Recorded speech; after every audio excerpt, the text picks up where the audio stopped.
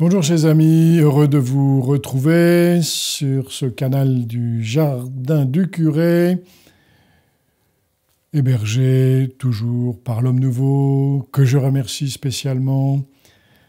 Nous arrivons, hélas, en tout cas pour moi, je ne sais pas pour vous, au terme de notre première saison. Il paraît que c'est comme ça qu'il faut dire aujourd'hui. Le temps des martyrs dans notre histoire de l'Église. Voilà, je souhaite, j'espère que vous aurez envie de poursuivre ce parcours avec moi. Alors, ce que je vous propose aujourd'hui, deux choses. Nous allons voir naître le monachisme, et puis nous essaierons de faire un petit récapitulatif très modeste de notre parcours, peut-être de manière à en tirer quelques petites leçons, ou de poser quelques questions, de revenir sur telle ou telle chose de manière très rapide, mais de manière aussi à conclure cette première saison. Alors avant tout, avant de terminer, chers amis, je vous rappelle toujours, j'insiste, un petit pouce, un partage, voilà, le Jardin du Curé hébergé par l'Homme Nouveau, pour reprendre un slogan, ne vit que grâce à vous, et donc, voilà, nous avons besoin de votre soutien. L'Homme Nouveau a besoin de votre soutien, la presse catholique a besoin de votre soutien, comme vous avez besoin d'elle, voilà, pour éclairer notre quotidien, pour voilà, nous soutenir les uns les autres. J'en passe, et des meilleurs, vous le savez aussi bien que moi, mais ça passe par des gestes concrets, bien sûr aussi par des gestes financiers, ne l'oubliez pas, l'Homme Nouveau a besoin de vous. Tout ça est sans prix, mais à un coût. Alors, je reviens donc à mes sujets pour aujourd'hui. Tout d'abord, l'origine du monachisme.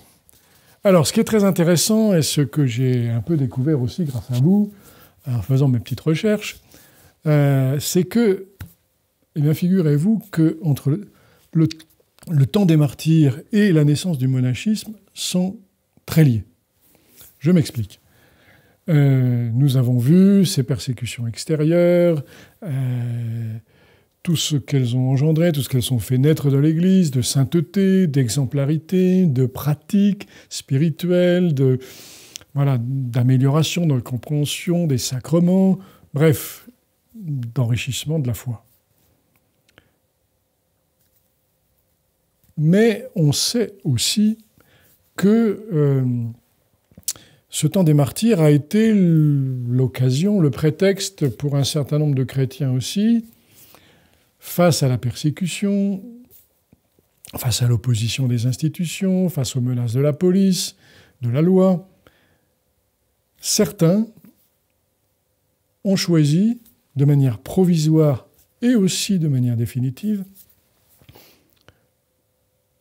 je dirais d'éviter, non pas de refuser le martyre, l'épreuve, mais l'Empire étant grand, les régions peu peuplées, assez nombreuses, d'aller s'installer en marge de l'Empire. Au fond,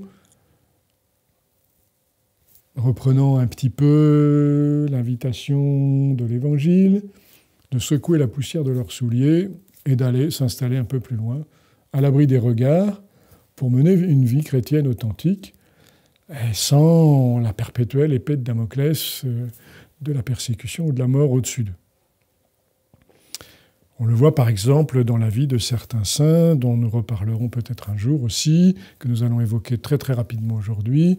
Je pense à saint Basile par exemple, qui, profitant d'une propriété familiale située en marge de sa province, va s'y installer discrètement pour y mener sa vie chrétienne, et même sa vie spirituelle et religieuse, à l'abri des regards, dans la paix, le recueillement, et de facto menant une vie retirée.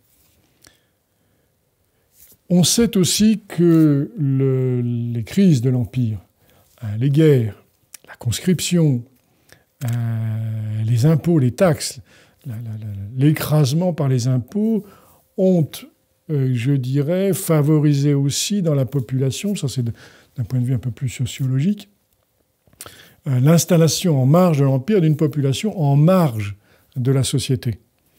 Plus ou moins brigands, plus ou moins... voilà. échappant à l'impôt, échappant au servage, échappant à l'esclavage, etc., etc., profitant des régions les moins surveillées pour mener une vie, encore une fois, échappant aux règles de la société. On le sait, les historiens l'ont remarqué. À la suite des difficultés politiques, militaires, sociales de l'Empire romain tardif. Et donc, il y a voilà, une sorte de fuite d'une partie de la population qui vient se conjuguer avec, disons, une des réponses que certains chrétiens ont données à la persécution. Dans cette histoire générale, dans ce cadre que je viens de vous dessiner, un personnage apparaît. Alors évidemment, sur le coup, je dirais, il n'y a pas de décision, il n'y a pas de... Disons qu'il y a un climat favorable, il y a un esprit du temps, il y a la fin de la persécution qui induit aussi, je l'ai oublié, et c'est vrai que c'est important aussi, les historiens de l'Église ont souligné, un certain relâchement. Voilà, on sait bien qu'on ne sera pas convoqué chez le préfet ou au commissariat de police pour décliner son identité ou avouer sa foi chrétienne. On n'est plus menacé par le bûcher, les bêtes ou les jeux du cirque. L'Église est même institutionnalisée, les évêques deviennent des personnages officiels, l'empereur offre des lieux de culte à la communauté chrétienne. Bref,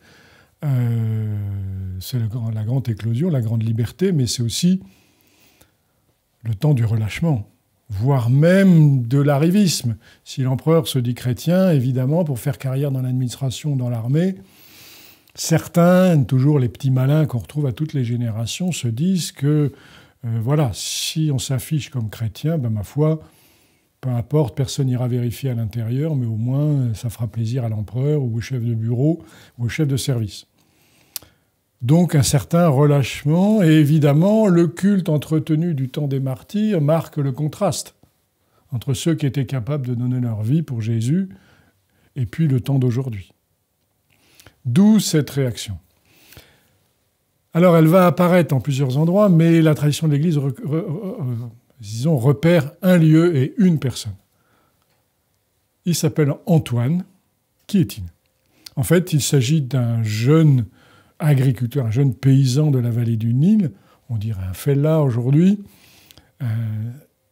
qui possède quelques biens, qui a le souci d'une vie chrétienne authentique, et qui un jour, assistant à la messe du dimanche, entend l'évangile que tout le monde connaît, dans saint Matthieu. « Si tu veux être parfait, va, vends tout ce que tu possèdes et suis-moi. » Et dans l'âme d'Antoine, c'est un éclair. Il est saisi par cette parole. Selon les usages du temps, il case sa jeune sœur, dont il était responsable. Après la mort de ses parents, il vend ses biens et il part. Et où aller pour vivre comme le Christ, radicalement à sa suite, sans bien, sinon dans des régions aux frontières de l'Égypte, et ce n'est jamais bien loin des bords du Nil, dans le désert. Là, souvent, en plus, ce qui a donné lieu à une légende en disant que les moines vivaient dans des tombeaux, ben de fait, il y a les restes de ces sépultures égyptiennes et qui font des abris faciles à occuper, qui n'a pas besoin de construire et qui, voilà, fort utile pour ce premier solitaire. Et là, Antoine va, en quelque sorte, je dis bien en quelque sorte, inventer la vie monastique. Il est seul, monos en grec, qui donnera son nom à cette catégorie de chrétiens, qu'on appellera aussi ermites ou anachorètes, qui vont consacrer entièrement leur vie à la prière, à la pénitence, à ce que bientôt on appellera la vie angélique, c'est-à-dire une vie qui est déjà en quelque sorte entrée dans la vie éternelle dès cette terre. Je l'ai dit, pénitence, travail manuel pour se nourrir, et aussi, d'une façon ou d'une autre, que les moines sachent lire ou ne le sachent pas,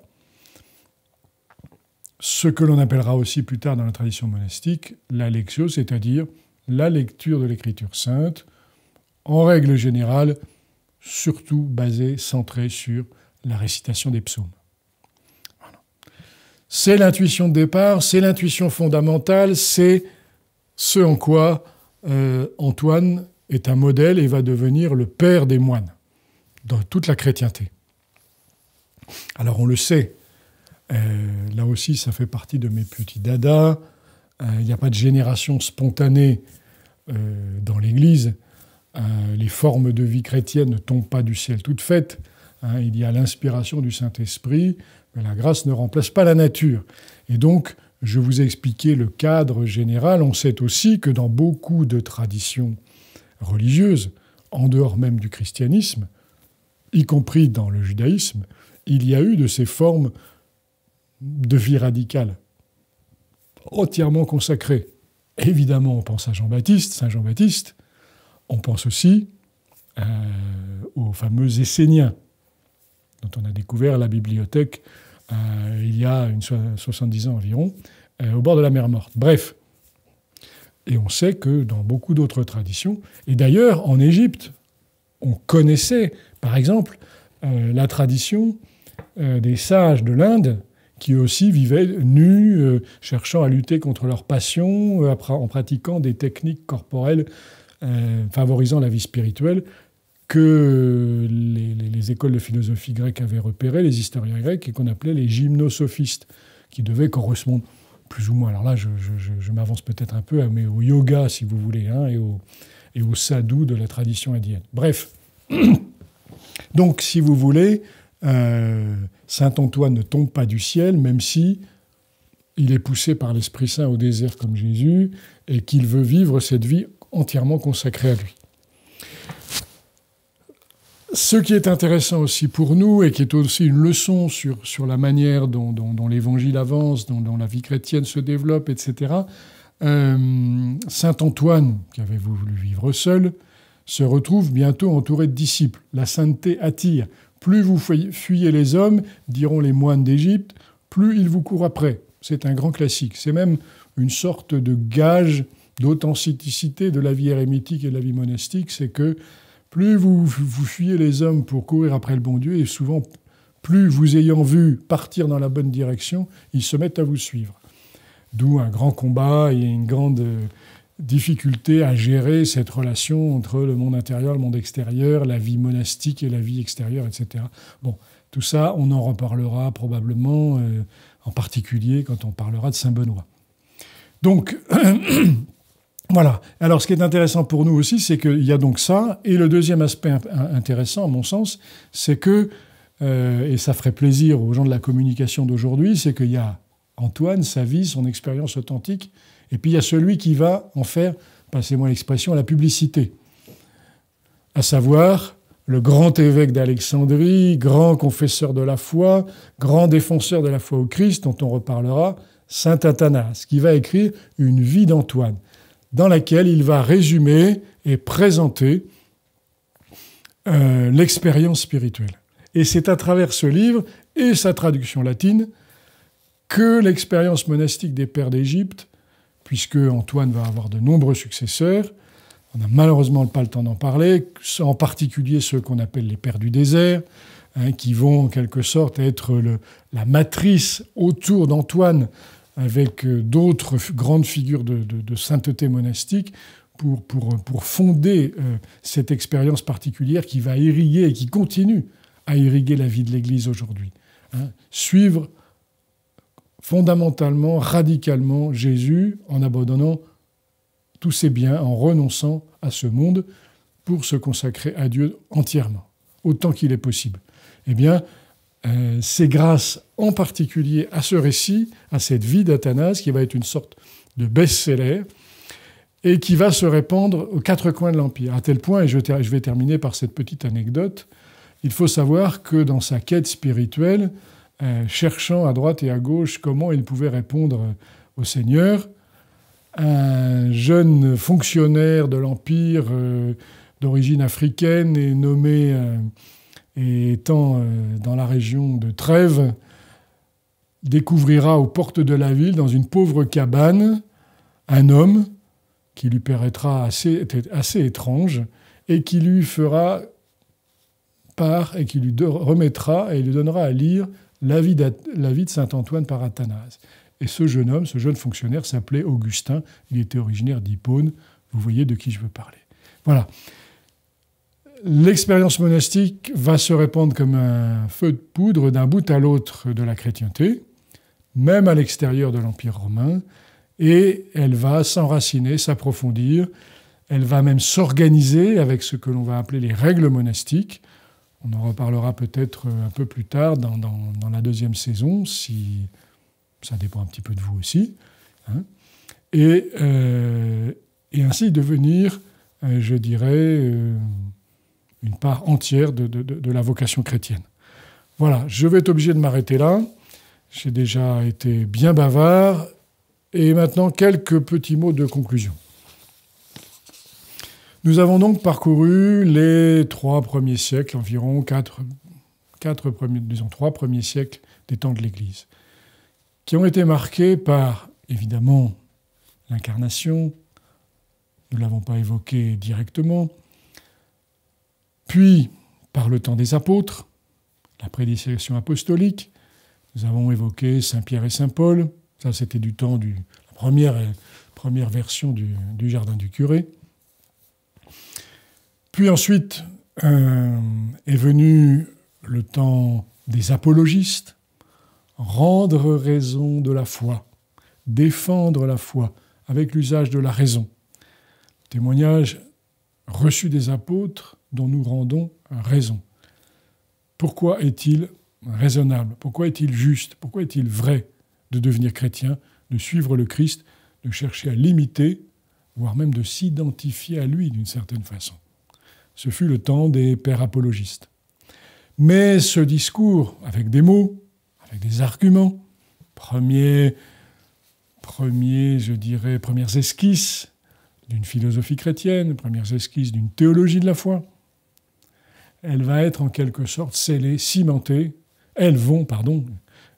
Ces premières esquisses être scellées et cimentées dans le sang des martyrs. De saint Ignace d'Antioche, celui dont nous avons le premier témoignage, j'allais dire direct et personnel, à tous les autres, en passant par des milliers d'anonymes, comment l'Église, par le sang des martyrs, est devenue la grande Église, est devenue majoritaire dans l'Empire romain, ce qui a permis d'obtenir des autorités le basculement de leur conception de l'ordre des choses, le changement de la juridiction et la paix de l'Église,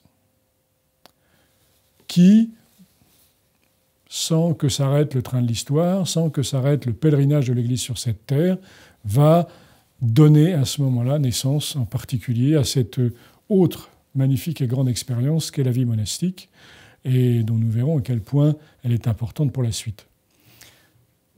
Voilà les grandes étapes que nous avons parcourues ensemble, très modestement, très simplement, et je vous rappelle, comme je l'ai dit à plusieurs reprises aussi, à quel point ce que je penserais avoir réussi à faire avec ces petites vidéos, c'est lorsque j'aurai donné aux uns et aux autres l'envie de prolonger. C'est pour ça qu'à la fin, il faut évoquer quelques lectures, parce que si mon bavardage n'enclenche pas là-dessus, sur votre propre recherche, surtout sur la réception par chacun d'entre nous de ce trésor d'expérience, de sainteté, voilà. Vous et moi, on aura perdu notre temps devant Internet, ce qui arrive, hélas, un peu souvent, mais et ce qui aurait été fort dommage. Par contre, si j'ai réussi à susciter chez vous l'intention d'approfondir les choses, alors ce sera une grande récompense, plus que les petits pouces ou les partages, mais qu'il ne faut pas oublier non plus. Voilà. Alors, quelques lectures que je peux conseiller. Évidemment, à tout seigneur, tout honneur, la grande histoire de l'Église de Daniel Rops. Elle a donné le goût de l'Église à beaucoup, à commencer par votre serviteur. C'est un chef-d'œuvre par son ampleur, par son désir de présenter les choses. Alors évidemment, les historiens professionnels chipotent, parfois en la traitant de belle infidèle, peu importe. En tout cas, il y a encore quelques semaines, une personne que je connaissais me témoignait de sa joie d'avoir découvert et d'avoir commencé à parcourir avec cette histoire sainte avec Daniel Rops. Il y en a d'autres, bien sûr. Il y en a des plus courtes. Je pense au petit ouvrage de don Guy Houry, moine bénédictin de Solesmes. Je crois que c'est aux éditions CLD. Je pense à un très bel ouvrage aussi sur lequel je m'appuie, peut-être que les plus malins d'entre vous s'en seront rendus compte, de Paul Christophe, aux éditions MAM des Clés, qui s'appelle « 2000 ans d'histoire de l'Église ». Voilà, donc là, vous avez déjà un petit volume, un plus gros volume, j'allais dire une saga ou une série, celle de Daniel Rops. Il y en a déjà là pour tous les goûts. Il en existe d'innombrables. Laissez-vous tenter. Pour les premiers siècles d'Église, il existe aussi une collection qui s'appelle « Les Pères dans la foi », de petits ouvrages avec un petit traité de Saint-Augustin, quelques lettres d'un autre auteur ecclésiastique, un texte de Tertullien, l'histoire de l'Église d'Eusèbe de Césarée. Bref, là aussi, le grand oublié de notre petite série. Mais voilà, on ne peut pas évoquer tout le monde. Bref, Les Pères dans la foi, ça se trouve d'occasion aussi. C'est une collection qui a eu beaucoup de succès, qui est très bien faite, de belles présentations. Le trésor de l'Église, le trésor des premiers temps de l'Église. Les Pères dans la foi, je crois que ça s'appelle maintenant les éditions Migne. Enfin, de toute façon, vous tapez sur Internet, ça arrive tout de suite. Il y a déjà 200 ou 300 titres. Enfin, il y a vraiment une bibliothèque entière qui est un vrai trésor. Pour les plus érudits et pour les plus savants, il existe la fameuse collection des sources chrétiennes, mais là, c'est vraiment, je veux dire, avec le texte original, en regard de la traduction, avec des notes savantes. Enfin, ça, c'est vraiment le fin du fin. Voilà, quelques lectures, et puis on pourrait poursuivre aussi des collections de vies de saints dans lesquelles il y a les vies des martyrs. La légende dorée, bien sûr, irremplaçable. Voilà, je m'arrête là. N'hésitez pas à me contacter si vous voulez des titres plus précis sur des questions que l'on a évoquées. Je serai très heureux de répondre à vos questions, à vos critiques aussi, et à vos remarques. Et chers amis, eh bien, écoutez, encore merci à l'équipe de l'Homme Nouveau. Merci à vous pour votre écoute et votre patience. Et peut-être rendez-vous pour une autre saison. J'envisage l'Église des Pères. Voilà. À très bientôt, je l'espère.